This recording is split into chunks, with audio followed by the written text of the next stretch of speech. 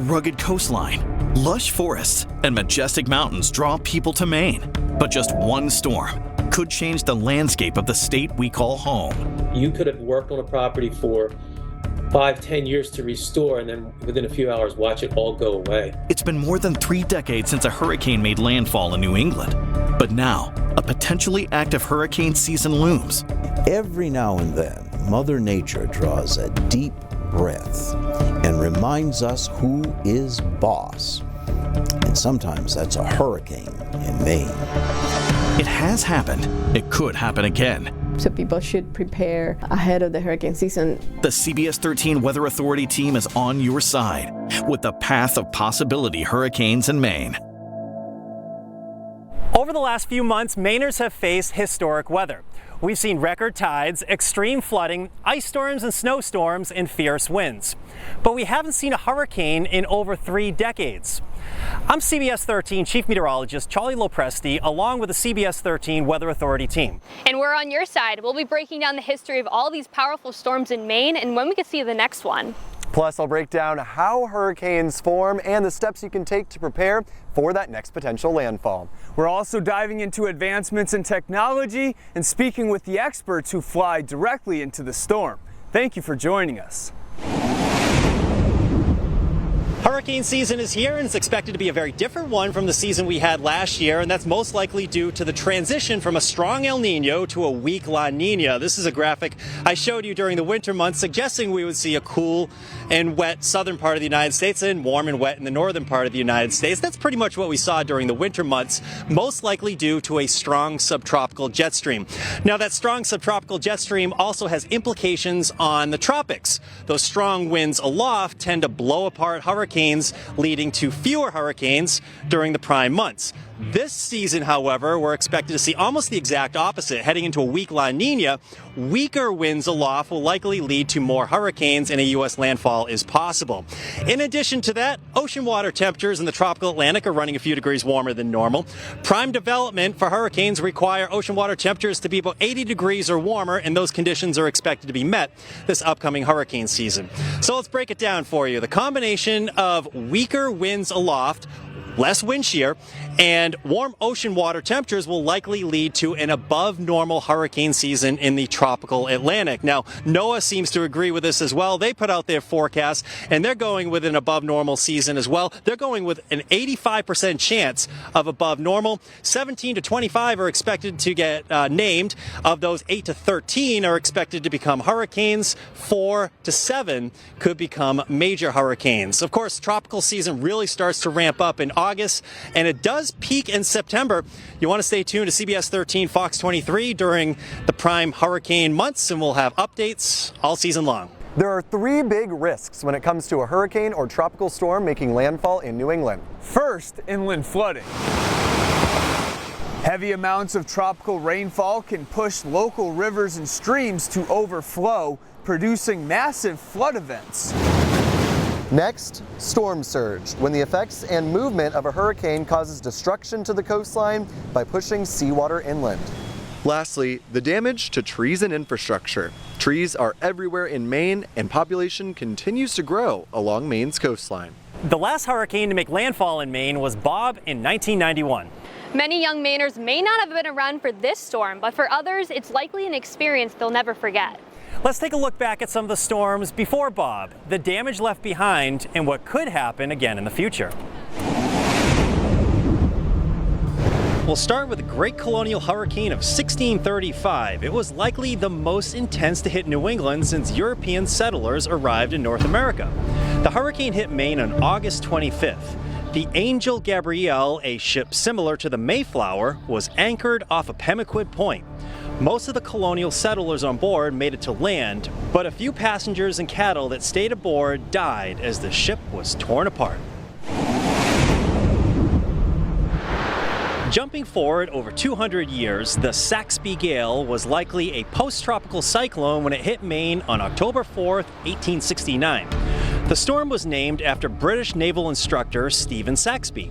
He made an accurate astronomical tide prediction based on celestial alignments nearly a year prior. The storm hit at a full moon high tide, producing significant coastal flooding and destruction. That is similar to what we experienced this past January 13th, when Portland recorded the highest tide on record. This September marks 86 years since the Great New England Hurricane of 1938, and it continues to remain a benchmark storm for all future New England cyclones. It all began September 9th, 1938. A tropical depression formed near the Cape Verde Islands.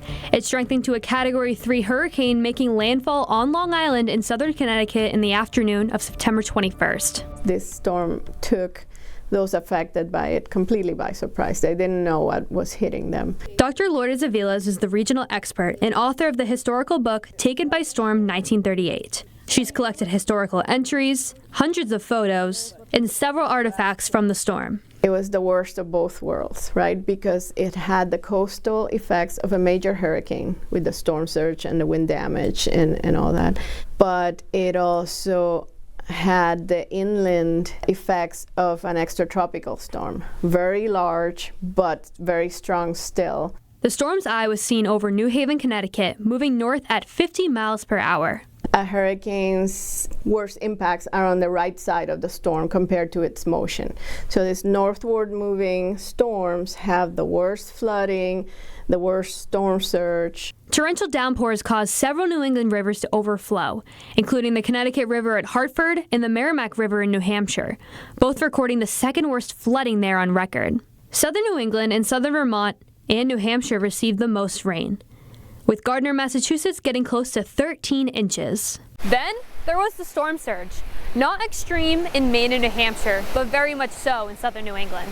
Narragansett Bay in Rhode Island experienced a storm surge of up to 14 feet, with tides up to 20 feet spanning from New London, Connecticut to Cape Cod. Waves up to 50 feet in Gloucester, Massachusetts. Here in Maine, vessels, houses, and thousands of trees were damaged or destroyed. But the hurricane was so strong it would blow down barn doors, then blow the roof off barns and sweep away all your chickens. I found one account of flocks of chickens gone into the sky like flocks of wild ducks. They don't come home after that. This storm had a maximum wind gust of 186 miles per hour, strong enough to destroy a well-built home.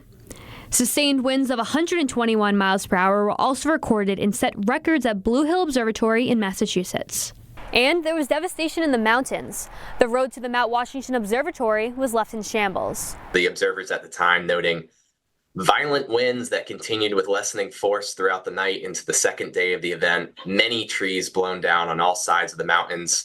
The carriage road, now the auto road, closed by fallen trees. New slides that were caused by high winds. And the timing of this storm could not have been any worse. This happened on September 21st, and this was just a couple of weeks before the fall colors were supposed to peak in this area. So suddenly you had this winter-like scene where trees were even fallen, or if they were still standing, they didn't have any leaves left. By the night of September 21st, the storm was in Vermont and was weakening, leaving behind grief, regional destruction, and a lifetime of unfortunate memories. The great 1938 hurricane stands out for its powerful winds and tremendous tree damage. It changed the landscape of New England, and we're still seeing the effects today. 100 years ago, this is a big wide open farm field which would have been common in southern and central Maine. And likely this was a small tree growing on the edge of the field at the time. And clearly something happened here. Likely wind blew it over, it grew horizontally for a few years and then resumed its vertical growth, and it's not the only one on that line. It's possible these were the lucky ones in the great windstorm of 1938. It's estimated 1/4 of all trees in New England were broken or uprooted in the 1938 storm. Statistics become even more incredible when isolating white pines. Estimates in the Stephen Long book 38 suggest 70% of white pines in New England were uprooted or broke that late September day. Pine trees are a big part of the identity of Maine. After all, we're the pine tree state. Odds are the forest in the 1930s looked a lot like this one with these big sprawling white pines. So why were there so many pine trees? I think the story is fascinating. It involves the great agricultural migration west looking for more farmland, the Industrial Revolution, and goats and sheep. In the 1800s, we're seeing farmers move west in search of better farmland. Others go to work in the 400-plus factories in New England. Fields and farmland are abandoned. Yeah, that tree right there was uprooted. I met up with Cliff Foster. He's a local forester who has managed this white pine forest in New Gloucester for the past half-century. He tells me those abandoned fields were a big part of the white pine growth over the past couple hundred years. Pine is one of the first invaders of land that's been cleared, in this case. And they took over the fields. If there was a source of seed when the clearing had been finished, it'd be pine, it would come up. There would be other trees too, but pine was the primary one. White pine seedlings had another great advantage. Cattle and probably sheep and goats. If you had young seedlings starting and there was still pasture in that land, they would eat the hardwood seedlings, but they wouldn't eat the pine. That's right. Goats and sheep ate the hardwoods and tended to leave these small but fast-growing white pine seedlings. As a result, pines in the mid-19th century took over as they had very little competition in their new forests. That's until the great 1938 hurricane hit. I talked to elders about the great storm of 1938. I come from Oxford County, Maine, and they remember that the streets of like Oxford County towns like Paris and Norway were just clogged with logging trucks taking these enormous trees out of the back country and down to the mills. Sawmills couldn't possibly manage all the downed pines, and many were submerged in rivers and lakes to preserve the wood. Some say the 38 storm helped diversify the forests, allowing for other tree types to grow in the years to follow. If there was no good seed year for white pine, then you had a lot of other species that would take over. It's possible the maple sugaring industry may have benefited from the combo of the 38 hurricane and the large fires to follow in the 1940s. Trees like maples, oak, and ash became more prominent amongst the white pines in the forests we see today. Storms, fires, animals, and human activity continue to change the landscape of Maine. The next big hurricane will no doubt have another story to tell. Back to our timeline, the hurricane that hit in September of 1944 was comparable to the 1938 storm as one of the worst in New England's history. And it came at the height of World War II. The U.S. government did not radio warnings or losses, knowing German U-boats were listening off the Maine and New England coast. The worst effects were felt at sea. 2 Navy ships, 2 Coast Guard ships, and 1 light vessel sank. Over 300 people died. In Maine, cornfields were leveled and over 10,000 telephone lines went down. The rain came down heavily, and over half of Maine's apple crop was lost in the storm.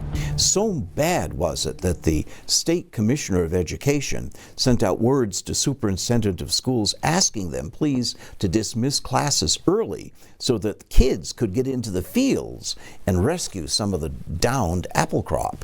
That's how bad it was.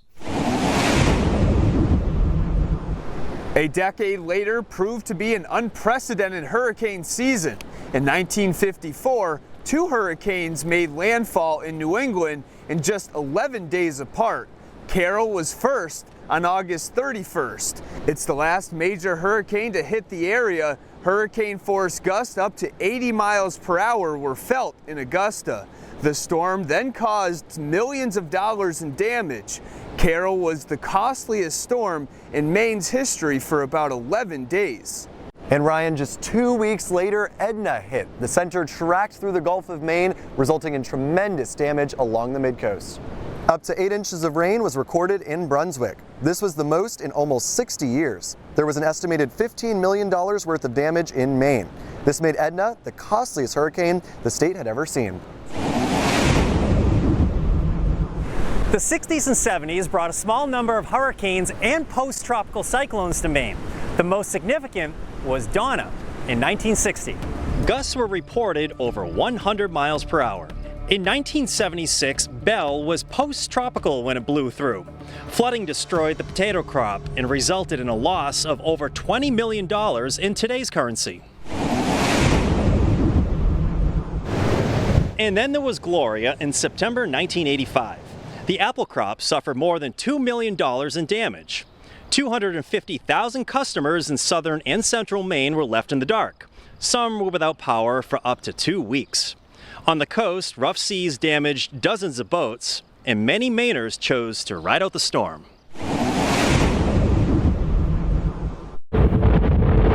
This brings us to Bob. August 19th, 1991 was the last time a hurricane made landfall in Maine. After hitting southern New England, the storm made a second landfall in Rockland. Winds gusted over 90 miles per hour in Wiscasset. Portland saw over 8 inches of rain and washed out roads. This was the end of the road to Camp Ellis. No one got past governor's orders, but plenty of people stayed behind the barricades along the coastline. It has been over 3 decades since a hurricane has made landfall here in Maine. So how do these massive storms form anyway? We need several factors to get a hurricane to form, but before we get there, let's talk about where hurricanes tend to form. Looking at our map of all the hurricane tracks in the Atlantic Basin since 1851, you'll notice a pattern. The hurricanes form near Africa, move to the west, and then eventually lift north, reaching us here in the United States. Now, talking about those factors, we need several of them to go in our favor. First up, we need the water to be warmer than 80 degrees for a hurricane to form. We also need a high moisture environment. And finally, we need the winds above our heads to be light so the storms are not blown away and ripped apart. Once we get those storms consolidated around a center, that's when we've got an official tropical depression. Usually very weak, winds and rain are not a huge factor with this, but it's the stepping stone to getting to hurricane status. Next up, when those winds get above 38 miles per hour, we've got a tropical storm. And this is when we start to see some of those impacts we usually associate with hurricanes: wind damage, flooding, and storm surge. And once those winds get above 73 miles per hour, we've got an official hurricane, and that's when we start to talk about major damage, a swirling area of storms around a calm center. Now, speaking of strong storms, here in the United States, we rank hurricanes on a scale from 1 to 5, 1 being the weakest, 5 being the strongest. Category 1 and 2 storms tend to be on the weaker end when it comes to damage, but can still have a major impact. Once you get into the major hurricane status, which is Category 3 or higher,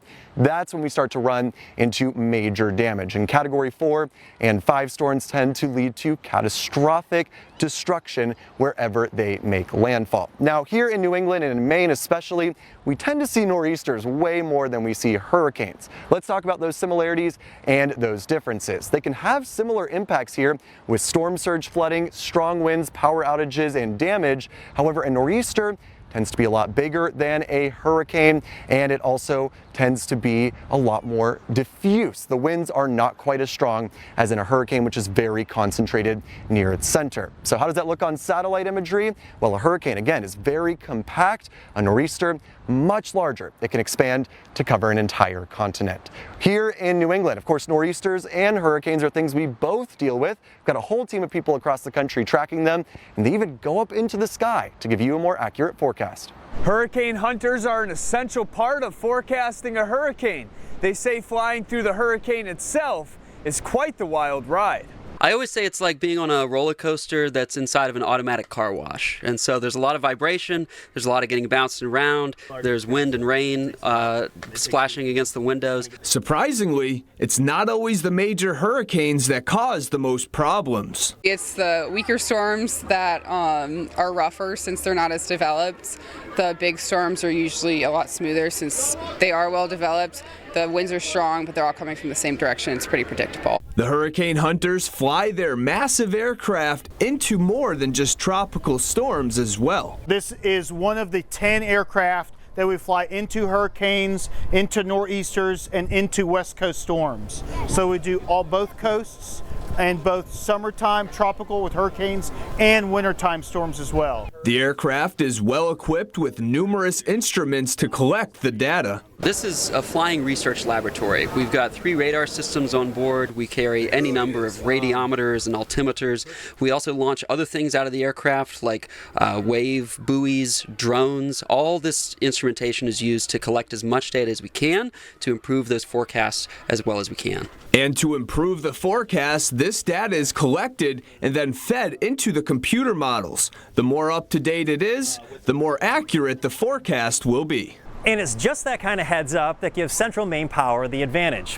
Hurricanes give the utility company more time to prepare than other storms we've seen. Unlike some of the nor'easters or the ice storm where we had over the winter, where really just a few degrees can be the difference between widespread outages and no outages at all. With a hurricane, we can watch those come up the coast, we can plan appropriately, we can secure the resources we need, and make sure we're ready to respond to any damage that could occur. He tells us the company changed their construction standards in 2022. This was in response to a changing climate and threat for major storms such as hurricanes. CMP now uses wider diameter poles, fiberglass in their crossarms, and more tree wire. Vulnerable communities need to start preparing for the future now. This way, they can be more resilient in the face of strong winds and heavy rains. A worst-case scenario would be a major hurricane making landfall on New England's coastline. That hasn't happened since the Great New England Hurricane of 1938, and it takes very specific elements to come together at just the right time. And if they go a little further left, they hit land a little faster. They go a little further east, they might hit down East Maine or Nova Scotia or something, but by then they have been affected by water. So straight north is the major hurricane. Even if this were to happen, the impacts would be very different from 1938. We have much more infrastructure now, a larger population, and many more trees. Something else to consider is what the weather was like leading up to a landfall. If there's a possibility of a storm making landfall, and it has been raining a lot for the previous 2 weeks, then the flood possibilities or the effects of flooding will be worse. Recently in January of 2024, several nor'easters gave Mainers a taste of horrific coastal flooding. Our team reached out to Climate Central, a nonprofit organization of scientists and journalists, regarding sea level rise in the most vulnerable locations in the event of a weather coastal disaster. We found Portland has seen more high tide flood days in the last 20 years with the ongoing sea level rise. By 2050, Wells, Kennebunkport, Ogunquit are also subject to the intense sea level rise. The red highlighted areas are locations that are projected to be below the current sea level. Any location that features a water access point to the ocean will be impacted one way or another. Higgins Beach specifically dealt with infrastructure damage in the January storms. The Scarborough Marsh Audubon Center, including Pine Point and portions of Route 1, were also hit hard. By incorporating a risk zone map from Climate Central, we found that this marsh and surrounding coastal areas would be highly impacted in the event of a tropical storm or hurricane. This is an overhead map view of the marsh at current sea level. And this is how badly flooded the marsh would be, adding an extra 6 feet of water on top of the current sea level. Consider the fact that this is from an extra 6 feet of water. What about the waves and surge of a passing hurricane? People should prepare ahead of the hurricane season, knowing that their areas could be affected. And this is not just the coastal, but inland as well. And Avila's is correct. Climate Central analyzed the estimated average annual flood loss statewide in 2020 and found that Maine had $191 million in current flood loss. That's expected to rise 13% by 2050. Areas that suffer the most were Androscoggin, Kennebec, and Penobscot counties. Now think locally small streams, creeks, or rapid rivers in your area. Those are the most probable locations for inland flooding. Heavy tropical rain can activate these flowing waters to cause hundreds of thousands of dollars in damage, affecting both wildlife and Mainers. Vacation Land is known for its 66 iconic lighthouses, but can they withstand a hurricane? The first lighthouse built in the state was the Portland Headlight in 1791.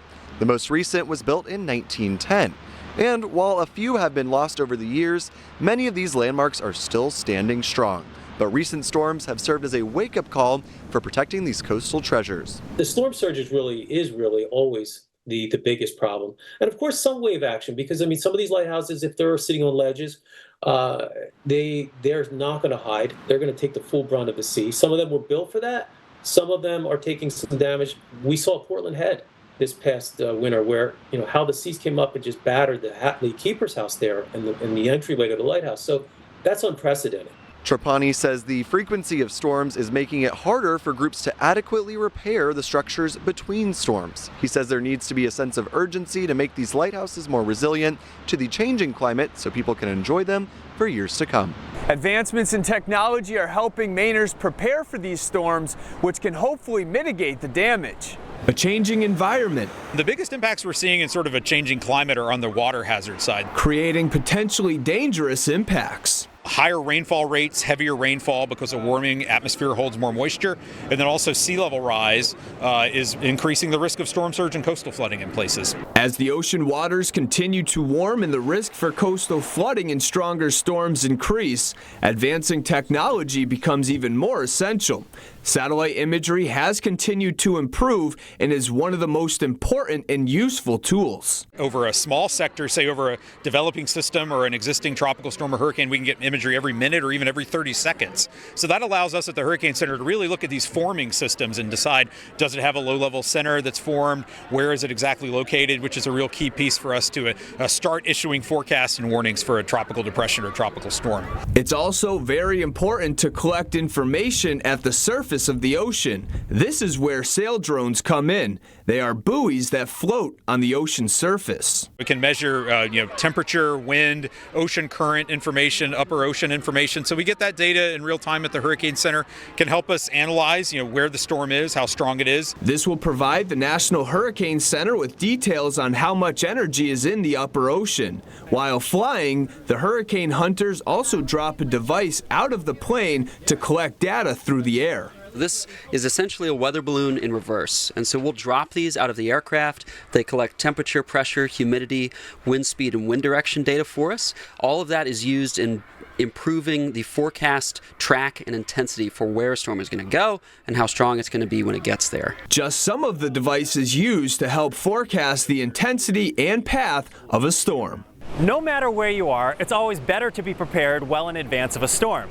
There are a few items you should always have stocked in your home if you ever need them. I spoke with the York County Emergency Management Agency on how to be prepared for when a hurricane makes landfall. Think about what you use every day. Director Megan Arsenault of the York County Emergency Management Agency knows firsthand that a hurricane is something you prepare for in advance. That's a first aid kit. That's a prepackaged one. Folks are welcome to make their own. We always say there's many options out on the market for pre-made first aid kits and disaster kits, but the benefit of making your own is you can customize it to your household. Having a way to stay connected when the power goes out or cell networks go down is crucial. And a weather radio, if power is lost, having a hand crank on that or having it battery operated is a great backup. That way you can know the hazards around you and what might be changing during a storm. A kit also involves making sure your family has enough to eat and drink. There's many options here. You can see some our military type energy bars. There's also just good old-fashioned canned goods. Something you're going to want to remember with that is either to have a can opener or, as you can see here, a pop-top item. Anything that will get you by. So things that you enjoy eating, things that you need to eat for nutrition. Having a way to charge your devices and ways to light up the darkness of a power outage is also something to think about having in your kit. I'm a fan of the headlamp. You can walk around with it on or you can use it as a flashlight. Having battery backups and power banks is always a great idea in your disaster kit, even if it's just to get you by for a few hours. Your kit should also keep your pets in mind. So whether you are evacuating to a shelter or home during a hurricane, making sure you have crates, food, treats, comfort items, identification, vet records, and anything that you would plan for yourself, plan for your pets as well. Protecting your important documents should also be top of mind. Having a redundancy, you want to make paper copies and then either have backups in an off-site location or an electronic copy. So insurance documents, mortgages, wills, any sort of important documentation you have. Your hurricane kit doesn't have to break the bank. The thing with making a disaster kit, it can be as complex and fancy as you want, but you're also going to want to remember basic items. So utensils, cleaning products, anything, again, that you would use every day, and thinking if you were either in a disaster, in your home for a few days, or needed to leave your home and go somewhere else, what would you need to get by? While we don't know exactly what the future will bring, our CBS13 Weather Authority team will always be on your side. This hurricane season will have all the latest up-to-date information regarding any storm headed our way. And we'll give you tips to stay safe and stay prepared for any kind of severe weather. From all of us here at CBS 13, thank you for joining us.